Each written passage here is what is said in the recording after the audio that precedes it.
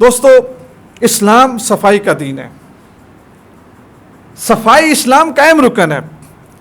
مسجد میں آنے کے لیے اللہ کے نبی نے فرمایا خذوا زینتکم عند کل مسجد، اے میرے امتیو جب مسجد میں جاؤ تو خوبصورت ہو کے جاؤ، اچھا کپڑا پہن کے، خوشبو لگا کے، مسواک کر کے، سگریٹ حقہ جو بھی کرتے ہو اس کی بو نکال کے، اور لہسن وغیرہ نہ کھا کے جاؤ کہ فرشتوں کو تکلیف ہوتی ہے۔ ان صفائی جو قربانی ہے، قربانی بھی ہم سے بڑے صفائی کا تقاضا کرتی ہے کہ جو آنتے ہیں نا وہ آبادی کے نزدیک کسی روڑی پہ پھینک دینی ہے، نہر میں پھینک دینی ہے، وہ کھالی میں پھینک دینی ہے، اور 3 دن 4 دن 5 دن 10 دن وہاں سے اتنی بدبو اتنی بدبو اتنی بدبو لوگوں کا گزرنا مشکل ہو جاتا ہے۔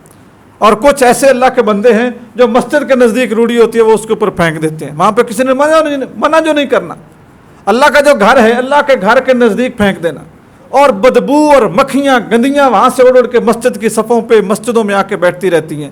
تو جب آپ نے قربانی کر دی، اس کی کھل اتار لی، وہ مزدوری کر لی، محنت کر لی، بوٹیاں بنا لی، وہ محنت کر لی، وہ مزدوری کر لی، کوئی اتنا بڑا مسئلہ نہیں ہے۔ گھر سے ایک پرانا کپڑا لیں اور اس میں ساری گندگی کو لپیٹیں اور کسی ذریعے اسے ایسی جگہ پہ دفن کر دیں کہ جہاں پر اس کی بدبو نہ پھیلے۔ 3 دن 4 دن 5 دن کے بعد وہ کپڑا بھی، وہ بدبو بھی، وہ اوجڑی بھی، وہ غلاظتیں بھی، وہ آنتیں بھی، وہ ساری کی ساری بیکٹیریل سسٹم کے ذریعے وہ زمین کے اندر جذب ہو جائیں گی۔ تو یہ کبھی بھی نہ کریں۔ پچھلے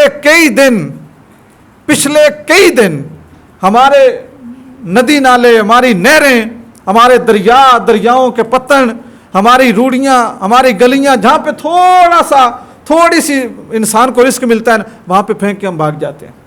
اور بالخصوص ہمارے شہروں کے لوگ وہ بھی اس بات پہ نہ رہیں کہ ان کو گورنمنٹ اٹھا لے گی۔ اگر گورنمنٹ نہیں اٹھاتی، 4 دن نہیں اٹھاتی تو اب گورنمنٹ کا کیا کر لیں گے؟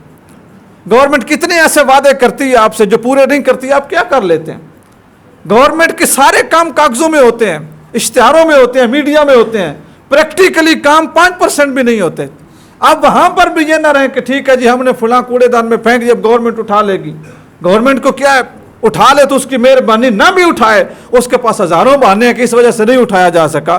تو آپ مسلمانوں کو تکلیف سے بچانے کے لیے اس گندگی کو کسی ایسی جگہ پہ ٹھکانے لگائیں کہ جہاں پر اس کی بدبو نہ نمازیوں کو پریشان کرے اور نہ ہی گزرنے والوں کو پریشان کرے۔